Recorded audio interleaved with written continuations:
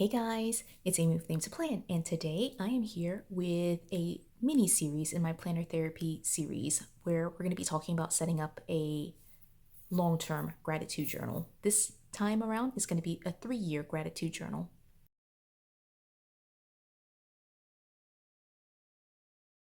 You can see here I have a couple of, basically a set of pages. This is actually like a divider from one planner and a set of pages from a different planner, but I'm just going to be using it just for the purposes of demonstrating to you how to set up this planner. Let me just kind of start off at rewind a little bit. One of the things that we see happening a lot, especially around this time, is that we as planners, especially happy planners, we tend to pick up a bunch of new planners and then we don't really know what to do with them. Like we already have our planner lineup in place. And so we picked up planners because they were pretty, but we're not really sure how to use them. So this is one of the ways that you can actually put together a planner that you can use long term, and make use of the planners that you have. So I do encourage you, if you have a new planner that you're not really sure what to do with, it starts in July, and or whenever, but like especially now, if you have a July start planner, an 18-month planner, and you're just kind of like, oh, I don't really know what to do with this planner, this is a good place for you to kind of use it for this purpose.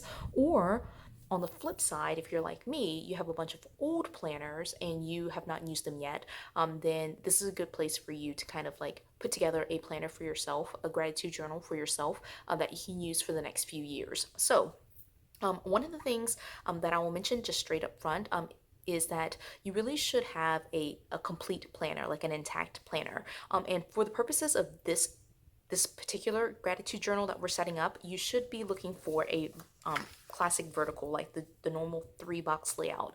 And this will make sense when we talk about like the 3 years. But if you have a full 12-month or 18-month planner, you're going to be using 12 months of it. So either a full 12-month planner or 2/3 of an 18-month planner. And again, like for the purposes of a 3-year planner, it will make sense for you to have like the classic vertical with the 3 boxes. But I don't have the full planner here. I'm just pulling out a set of months here. Again, like the divider is from 1 month, like it's from one planner, and then the inserts themselves, the weekly pages, are from a different planner. But I guess it doesn't really matter, as long as they matched up, and they did. So I did at least find a September 2020 divider to match up with it. I know like stylistically it doesn't go together, but it's just for the purposes of this video. Again, if you have a full planner already put together that you really like, you think it's pretty, you would use it for this project, go ahead and use that, and don't worry about piecing together anything for yourself. Just use the planner as is. So one of the things that I would encourage you to do is go ahead and try to find a set of journal prompts. And you can see I opened it up here to the monthly layout.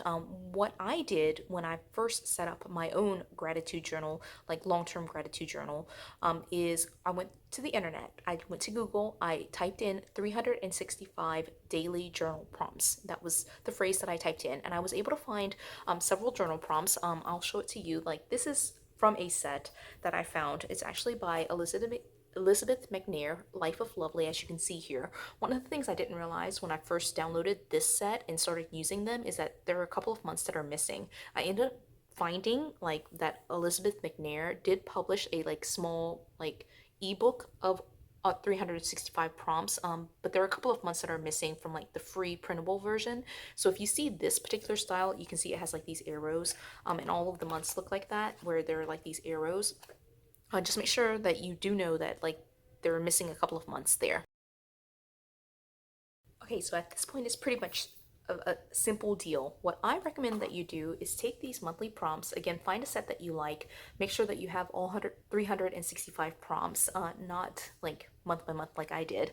But anyway, find a set of 365 prompts that you like, and then what you're going to do is transfer them to the monthly pages. Now, I don't recommend that you do this all in one sitting. I would take it month by month or even week by week. But one of the things that you'll need to do is find the prompts and transfer them to this monthly layout. One of the tips that I will say, is that like for some months, they have like 6 weeks, like maybe like they have like the crossed out boxes. One of the things I would do is just transfer it to the top here. So just FYI, in case that is something that becomes a stumbling block for you. But I'm just going to transfer these prompts over. As you can see, I am, for the purposes of this video, using my messy handwriting to put together these prompts. But if you just find that to be something that you're not going to be able to use long term, you won't be able to look at it long term, one of the things that you might want to do is to type it up and just type it up on a sheet of paper into like squares. You'll need the squares to be 1.75 inches on each side, or even a little bit smaller. You can do like 1.5 inch squares, and type in the message in there and then just print it out and glue it on there. If you started writing it and then changed your mind and wanted just to create it and make it a little bit neater, you can write it and then just put the typed version of it right on top. So that is always a possibility for you. So that's what I did here. I went ahead and put all the dates here, all the prompts here. One of the things that you'll see as you are reading through these prompts is that there were a couple of like grammatical errors.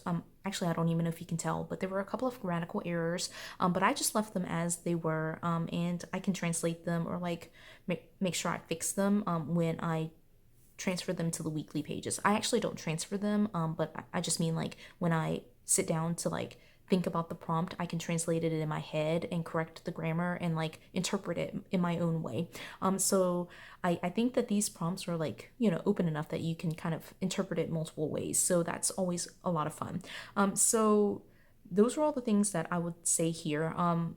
Well, actually, I have to say one other thing. One of the things that you'll see as you start this project is that, you'll have 1 year where the dates fall on the correct day of the week. So if it's something where you're going to be bothered by having like September 1st right here be Tuesday, and you're just like, no, I can't have September 1st be on Tuesday when in 2022 it's on a different day of the week, then this might not be a good setup for you.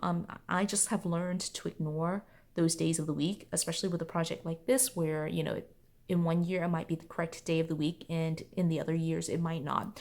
So that's something that you'll have to evaluate for yourself, whether that's something that you can do or not. So with all that being said then, this is my setup.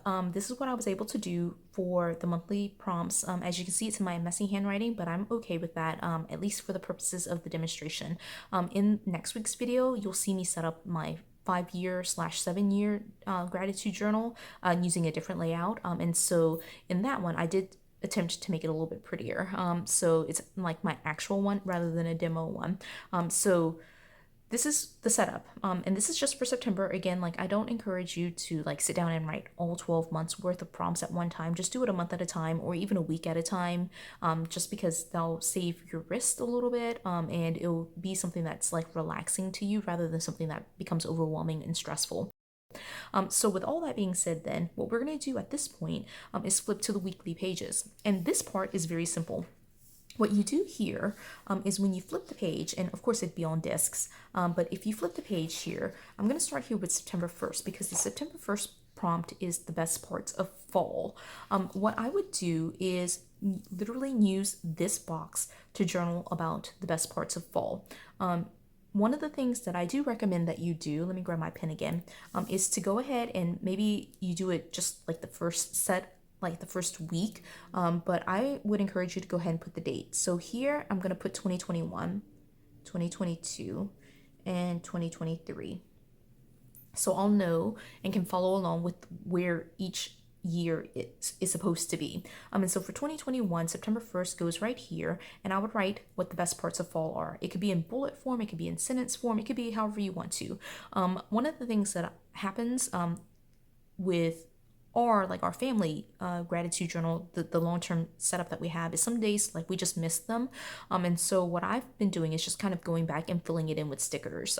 Like if for example we missed September the 2nd but we got September 1st 2021, I would have the writing in this one and then this one would just be blank and I would just go back and fill it in with stickers. And it's been okay. It's been nice to be able to see it. Now, one of the benefits of doing a long-term gratitude journal like this is, one, you get prompts that are already set up for you. Like once you write the prompts in the monthly page, you pretty much have that set of prompts for the next 2 or 3 years. It is something that you don't have to think about. You'll have a full year of journal prompts for you, which can help you be able to journal and get into the practice of journaling without trying to like pull things or pull prompts out of your own head.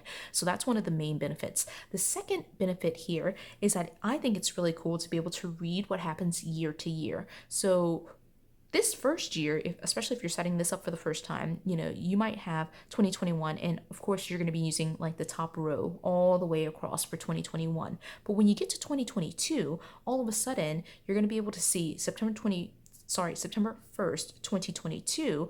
I'm going to talk about the best parts of fall, but then I'm also able to go back and read what I saw or thought were the best parts of fall last year. And so it's really nice to be able to kind of track that progress across the years. This is very beneficial for you, again, to be able to like not feel overwhelmed with the process of journaling. These boxes are not that big, so you're able to journal very small amount, and also just see what your life looks like from year to year. And that's really fun to be able to use the exact same prompt and reflect on it across 3 years like this. I will show you next week a different system or different format for putting together a long-term gratitude journal like this.